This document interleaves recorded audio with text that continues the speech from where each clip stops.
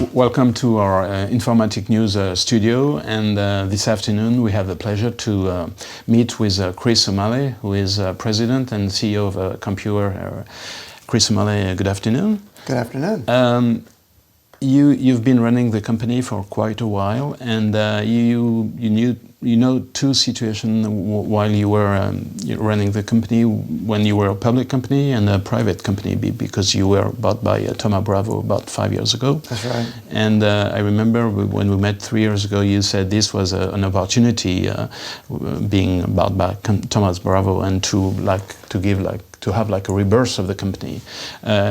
How do you compare the two situations, and where are you right now since you've been bought 5 years ago by investor? And again, thank you for having me. When I came into Compuware, we had to do a lot of transformation of the company. We had to transform the products that we bring to market. We had to transform the business internally. We had to change basically everything, including the carpeting. So you needed an investor who gave you the time, the air cover, the investment to actually make those kind of changes at the scale that we did, and as quickly as we had to do them. I mean, the mainframe, market was in a place where it needed a lot of innovation very, very quickly. So Thoma Bravo, as a partner to that effort, has been absolutely fabulous. We did very well, very, very quickly. I mean, that obviously helps from an investor base when they see a return, quickly from what they've invested in the business. But, at this point, having seen it after 5 years, I don't know that we could have done as much as quickly without going private. So it's been really helpful to Compuware, obviously, but to our customers. Are they involved in the day-to-day operation of the company, or are they just looking at financial KPI? Yeah, they initially, when we started with them, we did a lot of activities around G&A, as an example. We were a 50-year-old company that had, an instance of Oracle that had been around for 20 years. It was incredibly complex. So we did a lot of work to basically simplify G&A. So we went to cloud consumed services to run our own business. So we went from Oracle to NetSuite. We moved all of our email to the cloud. Basically all the applications that didn't give us competitive advantage, we moved to the cloud as consumed services. So they had a lot of expertise within those areas that helped us go to the cloud very, very quickly. The things that presented us with competitive opportunities to better serve our customers, we put on the mainframe. So it's one of the funny things it is when we do tours at Compuware and we bring customers in to see how we do and develop software. We take them to the data center, and 80% of it now is empty. It's where all of our G&A had formerly run. So during that time, they were incredibly helpful. But as it relates to our M&A work now and the products and what we're creating, no. I mean, they look to me as the CEO, they look to the management of the company to have a vision for the market, to create the right priorities in terms of what we deliver to market, make sure that we're serving customers correctly. That's my job. So there is no project to go back public, I suppose, or you don't talk about that, I suppose. We, there's all the possibilities on the table, but I think, where we importantly focus our mutual efforts is that we've created something very special in Compuware. We've created basically an innovative company that's supplying value to the market that hasn't been seen in decades.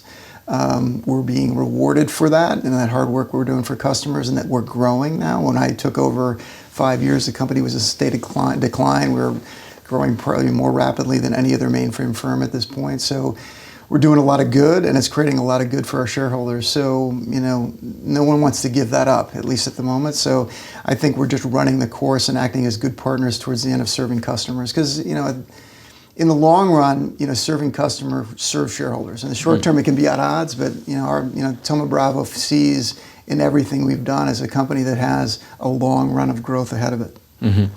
Of course, when you talk to Compuware or other company involved in mainframe, the main question is what is the future for mainframes? And a lot of people said a long time ago that the mainframe is dead or dying.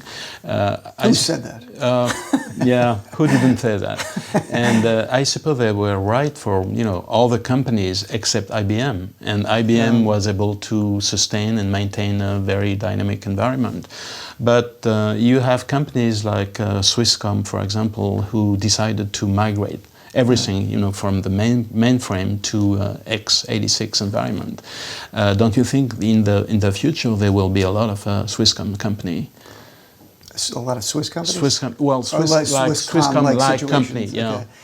Yeah, so, you know, the mainframe, as you said, I mean, there was, you know, probably 10 years ago, there was a lot of concerns around the platform. And interestingly, the move to the age of software and digital actually causes the mainframe's value to be kind of re-recognized as something that's unique and important. Because when you go through, you know, working with customers through digital means, through cell phones or through the internet, the bursting effect it creates on the back end demands you have a hyper-converged infrastructure in terms of being able to handle the transaction volumes, the reliability of it, the security of it, just the cost of doing it. And the mainframe does that incredibly well.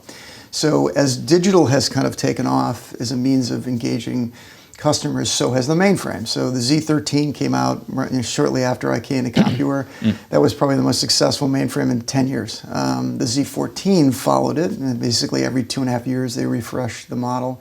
That was probably the best mainframe in 20 years. So I suppose the Z15 will be even better. Even better. Right? I mean, when the Z13 came out and the Z14 followed, everybody thought there would be a reduction because it was like there was all this pent-up demand.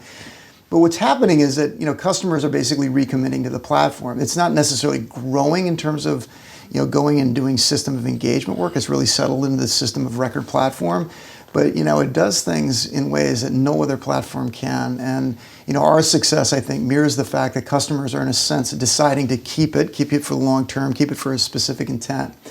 Now, the Swisscom example is a very specific one. Now, it's a scenario that, you know, 10 years ago, you know, customers were thinking that they were going to get off the mainframe and not necessarily having a good plan or path to do it. And a lot of customers, you know, got in this awkward state of not taking care of the mainframe, you know, keeping it in maintenance and upgrading it as they go. Because IBM, at least once a year for basically the basic operating system and the environment that's necessary to perpetuate it, you know, you've got to keep current with that. You've got to basically keep the software installed, get the new releases. You know, the COBOL compiler, as an example, gets new releases almost every month. So a lot of these companies didn't keep current. So you get yourself in this sense of purgatory that I have not invested and kept up for so long that to move forward and actually to catch up to where it is a big step. And, you know, Swisscom kind of put themselves in that awkward situation. What do I do? Do I go back on maintenance and upgrade everything, buy new hardware? But you don't see circumstances like that very often. You know, mainframes are such a core part of companies and a mission critical part of what they do that they just don't, you know, get in these states. You have to be on the edge all the time. You have to keep up because, you know, every major bank, every major insurance company uses that as a workhorse behind the scenes. So you just don't see scenarios like that. So Swisscom is a very, very unique situation. And, you know, I think if they would have kept on maintenance to this point, they wouldn't have made the choice that they did. You know, again, they would probably argue that, but I mean, it's the mainframe. Every time they come out with a new model, the economics gets better. I mean, it was a lot different 10 years ago. The software gets cheaper per unit of work. So the economics is vastly improved over the last 6 years. So. You know, I don't think that's any indication. You know, it should be known that the number of MIPS running in production today is the greatest in the history. So it's not like it's you know, reduced in any manner, shape, or form. IBM keeps shipping more and more MIPS every quarter at scales they never have before. The number of customers isn't necessarily growing in any meaningful way, but certainly the use of the mainframe by the customers that have it is going up. So it's a very active but stable market. Stable market. Okay. You made the announcement of Topaz years ago, and I remember when I met you like 3 years ago, you said Topaz is the future of Compuware.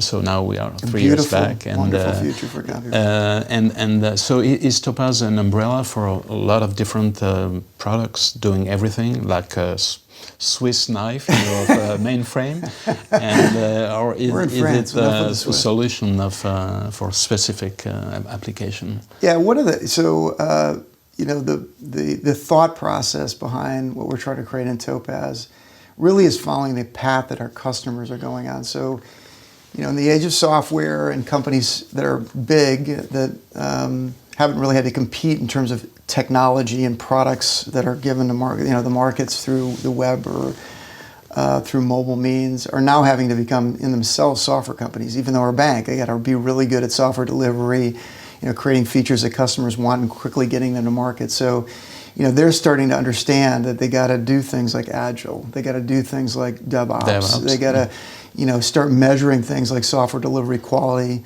velocity, and efficiency, and work to make those metrics against those better and better over time. So, when they have a mainframe that's not going anywhere for all the right business reasons, it's not leaving because of its reliability, its performance, its security, they have to bring Agile and DevOps to this platform. So that disrupts, the jobs of a developer. You got to radically change them. And the products that have been there for 10, 20 years will not stand up to the demands of Agile and DevOps. So we have come to the scene, right, of this disrupted situation to offer, a Topaz brand of offering that creates a development environment for these new age artisans that work on mainframe code and data, that it's very familiar to them. It's an Eclipse-based environment that allows you to visualize code and data in ways that you can work with code day to day and make substantial progress. I mean, when you work in 2-week sprints, you got to come to a stand-up meeting every day and have made progress against what can be a very large code base.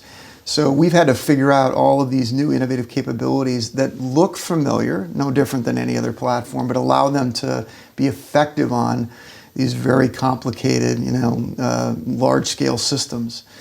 We've also had to help them because they're trying to now do things in an agile fashion and get to completed work in 2 weeks, not over a month or a quarter. And they're not doing things where I do development and then somebody else does testing and then somebody else does deploy. I mean, you're trying to, in the terminology of DevOps, shift left. So you're trying to bring disciplines like testing closer to the developer. So you recently announced Topaz for Total Test, right? So that basically, as the job of a developer changes to not just be in development, now work on testing and working increasingly in terms of doing things like deployments into test environments. So you're getting more and more feedback quicker. You need to go from manual means, which is what traditionally they've done on the mainframe, that people used manual techniques for testing. They wrote programs to test programs. They kind of had a sense that, in the changes that I've just made, this application, I kind of know it well. It won't affect things on a weekend, on a month end, but it could a quarter end. So I'm kind of guessing in things that I should test. Well, when you're trying to drive more and more velocity through your code base, you need automated testing. So Topaz for Total Test covers both unit testing on an automated basis as well as functional testing. So it's giving feedback to the developers near real time so that they can fix problems before they are introduced into production. But when they're doing the work, that they can rapidly respond and be most effective. And automation is a good part of it. It's a huge part of it. I mean, so automated testing is kind of the missing piece. It's never really been done on the mainframe. There was no products to do it, no means to do it. So again, as you're trying to increase velocity, usually the consequence is quality. But you have to basically be able to do both in tandem. So you cannot do it without automated testing. So Topaz Total Test has been a massive success for Compuware, for customers. We've got examples of customers that have taken the testing phases that took 2 weeks to minutes. I mean, that's a 90% decrease and increasing the quality as a result. So that's a big change that's necessary as you start to think about how do we get the flow of work to be improved and do it in ways that the quality is always getting better. So definitely you think in terms of development, the mainframe environment is on par with a non-mainframe environment. There is no doubt about that. Yeah, there was an event yesterday, this so happens in London, where major banks were not talking about mainframe, but they were just talking about the fact that we've got to become software companies, right? If we're going to compete. And they talked about DevOps and Agile and the adoption of it. And one of the people made the point that we're doing Agile and DevOps in the mainframe at a faster rate, more effective rate than we are in the open system platform. So that's the way it has to be, especially in banks, because you're only as fast as your slowest digital asset. So in truth, you should be working on DevOps and Agile in the mainframe first, because that's the thing that's got to be carried forward from where it's at to where it needs to be, probably more so than on the cloud side at the moment. And last question for you. All companies want to go to the cloud. I mean, regardless to if they have mainframe or non-mainframe, and they want to go to migrate to the cloud. And what option do they have if they want to migrate to the cloud and to keep with their mainframe environment? What can you do for them? Yeah, so what we talk about, and I think the marketing's settling in on this idea, is an idea of two-platform IT, that you have a mainframe and the cloud, right? And you usually use these in terms of their futures in concert with one another, because each are different in terms of their value and their virtues. So no different than Compuware when I came in. Anything that was on the distributed side that didn't give us a competitive advantage, we aggressively moved to the cloud, and that's really where the opportunity lies for customers more so than the mainframe, because we're a good example. We saved $5 million a year and got a better service in going to the cloud, because it's very difficult to beat AWS or Azure at basically the virtualization of these distributed servers. And there's a huge arbitrage in open systems, internally managed versus the cloud. So that's where the focus should be as kind of the first step. And then, there's a lot of work being done to make the mainframe through open APIs, RESTful APIs, something that's totally callable as a service that allows, cloud-based applications to function and work in concert. So it's really those two coming together. Now, the mainframe has always had the option of being effectively a cloud service through an outsourcer. I mean, you can go to a co-located situation. But this is a private cloud, right? It's if you want to move to the public cloud, could you do that and staying with the mainframe environment? I mean, I suppose the only option is to stay with IBM. There is no other option. Yeah, right? you have to stay with IBM hardware, but there's an important reason why that is the right path to take. I mean, there's reasons why you obviously, it's only IBM that can produce it, but the mainframe itself as a hyper-converged system is an engineering marvel. I mean, they pack speeds and feeds into that thing that make it as reliable and dependable and scalable and as resource efficient as it is. Nothing compares to it. And any effort to emulate it has proven to be a fool's errand. And you look at the banks in Brazil and here in Europe, and the scale of work that they do on those mainframes is always best done, and basically everything that's important from a business standpoint on that platform. Now, there are ways that customers can go to outsourcers so they don't have to, in a sense, take care of the care and feeding of the platform. But there's things that are important for customers to understand. There's a significant arbitrage when you take distributed equipment and go to the cloud. When you, rather than using rack and stacking your own equipment, you use AWS. In the mainframe, the average mainframe customer is incredibly good at running those platforms. It's not like they're a huge deviation one to the next in terms of their capacity to get every ounce of energy out of that thing. So when you outsource, you usually have to have a result of declining service. I mean, it's not as responsive. You're not, they can't get work done as quickly as they should. There's a reduction in the quality as a consequence of them making money in an outsourced situation. So the way I see customers kind of settling into it, it's the mainframe as a platform is small. I mean, we have two thin mainframes that are now the size of a refrigerator. I mean, it takes virtually up no floor space. We have very few people that maintain these systems. I mean, it's not like the open system world. And they do a masterful job of basically keeping this thing in a state that allows us to support what we're trying to do within our business. So we're seeing more and more people managing the mainframe and actually bringing the work of working on the mainframe in-house. Because when you're trying to innovate and you're trying to get things like software delivery to go faster, proximity matters. Owning the asset matters. Owning the resources, because you want to create a culture. You want to create a sense of urgency that really is required for you to have under roof, under your own responsibility and accountability. So we're seeing major companies bring it back in. Workload that's internal is going to the cloud, and kind of this idea of running the business on the mainframe in the cloud is kind of the path forward in terms of a reference architecture. So I think that's the practical and pragmatic way to do it. People who get caught up in trying to, use an emulation strategy in the cloud, tend to regret it. I mean, the cross goes up. Everything goes south, not north. Okay. Well, thank you for the advice for these customers. You're welcome. Thank you very much, Chris Malley. A pleasure. Thank you very much.